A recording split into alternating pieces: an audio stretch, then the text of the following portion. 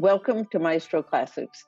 I'm Bonnie Simon, Executive Director and Producer, and today we have Garrett Hack with us. He's a professional clarinetist, and we're thrilled to have him here. So, may I introduce Garrett? Thank you. Happy to be here.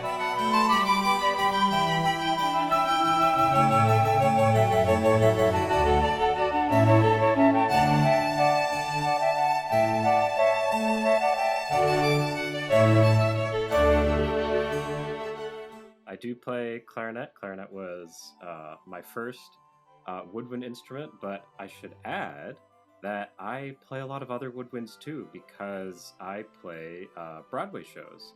And in that genre of music, woodwind musicians are often asked to play multiple different instruments. Now, let me ask you an embarrassing question. Sure. When you double and play two instruments, do you get two salaries for doing this? So if you play three, you get what's called like the max base amount. And then if you play four, you get an additional percentage. My goodness. Well, that would be a lot of incentive to learn how to play a number of different instruments. That's for sure. Okay. Can I take you back in time a little bit? How Absolutely. old were you when you began? I was probably about 3 years old when I started tinkering around with the piano. And my mom, who played piano and guitar herself, noticed I was really interested in the sounds that the piano made. So, she put some basic sheet music in front of me, and I learned how to figure it out, with her help, of course. What took you from piano to clarinet? What brought me to clarinet was actually the saxophone. Was totally enthralled by the sounds that you could make with it, and the tone, and then the style of music as well. And I was told by all of my music teachers, if you want to play the saxophone, you should learn how to play the clarinet. Yes. Okay. Were you in middle school when this happened? I started saxophone pretty late. I was probably 16 or 17 years old. Okay. The clarinet I had been playing a little bit prior to that. In the school board that I was with, instrumental music started pretty late. So I didn't start saxophone until my senior year of high school. My goodness. I mean, that really is quite encouraging. For many people who think that unless you begin at the age of 5, it's hopeless. Game's all over. So did you play in a school band? Yeah, we had a wind band, and we had a stage band, which is sort of we did some jazz and we did some contemporary music.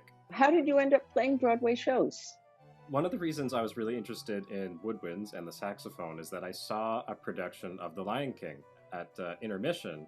I said to my mom, I have to go see the orchestra. I want to go to the pit rail. So we went to the pit rail, and I saw one of the woodwind players. I had sort of decided from there that's hey, this is something I would be really interested in doing. So I went to music school with the intent of trying to play shows, and I got some international contracts after my undergrad, playing some international tours of Broadway shows. So did your parents support you with this idea? Because being a professional musician is not an easy life. No, but they did. They were very supportive, and they are still very supportive. One rule we had growing up is we always had to work both sides of our brain.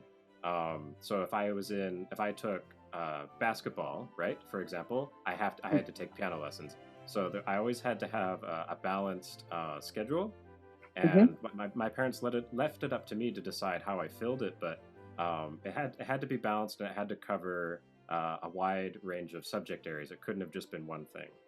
That's very interesting parenting. I think that's pretty cool. I think you were very lucky to have that. I am, and it seems to have worked out. Yes. So are you currently playing a show? No, not at the moment. Toronto's Broadway community is not as open right now as the New York community is. When the pandemic hit, I had been with Cats, actually. And of course, we suddenly closed. The last couple of years I've been teaching high school music and high school French, actually. Really? Okay. Yeah. Both sides of your brain. Yes. Again, you've got the balance there. But they're both languages. Music is a language too. Well, that's a very good point, Garrett. They are both languages. I guess reeds are always an interesting issue with woodwind players. So do you make your own reeds? it's so cost effective and time effective to just buy single reeds. I Mm-hmm. do not make my own single reeds. Now, there's several different kinds of clarinets, right? Mm-hmm. Yeah, there's E flat clarinet, which is the little tiny one. There's B flat clarinet, which is this one right here. There's A clarinet, which you'll see commonly in like operas and ballets. And then, of course, you have bass clarinet. I would say 99.99% of the clarinets you'll play in middle school band and high school band will be B flat clarinet. Tell me about your first teacher. Well, my first clarinet teacher was actually in university. He knew how to teach more than just one way, which I think is so crucial. You said you were in college when you really began the clarinet. Did they give you a hard time because you hadn't played before then? I kind of want to describe it as like, okay, show me, right? Is this what you want to do? Great, show me, prove it. Because I had such little experience, no one expected anything from me. I mean, which is no. I mean that's sort of a nice thing. I always say that when you begin something, the whole world is out there. You have only one place to go, one direction to go, and that's up. What different genres of music do you play? So my undergrad is in jazz music.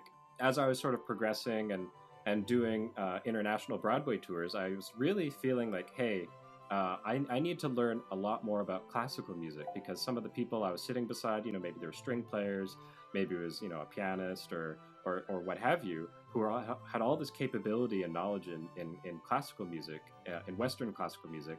I thought, what, I have to figure this stuff out too. So I did my master's in classical music to help sort of round myself out, because as you were alluding to, Broadway music is a lot of different things. It's this big music pot of tons of different genres, and you have to be able to play them, and not just accurately, but you have to be interpret them with respect and interpret them with cultures in mind. What advice would you give somebody who was thinking about playing the clarinet? Be patient with yourself. Clarinet can be so frustrating. There's a lot more headache sometimes up front, because the reed and squeaking. I would say accept your squeaks, because they're notes too. Don't worry about the squeaks. Can you play a squeak for us so we all know what it sounds like? I can try. Let's see. Sometimes I know it's been a long time since you've played with squeaks, but squeaks are one of those things that always happen when you don't want them to, and it's kind of hard to make them happen when you do want them to. So let's see if I can do this. There. So that's good to know, that even if you have a few squeaks, it doesn't mean it's all over. Exactly. Well, I wish you the best for getting not only one show, many shows in the future, but certainly something for the fall. And I want to thank you very much for taking time out to be part of our series. Oh, thank you so much for having me. It was a pleasure.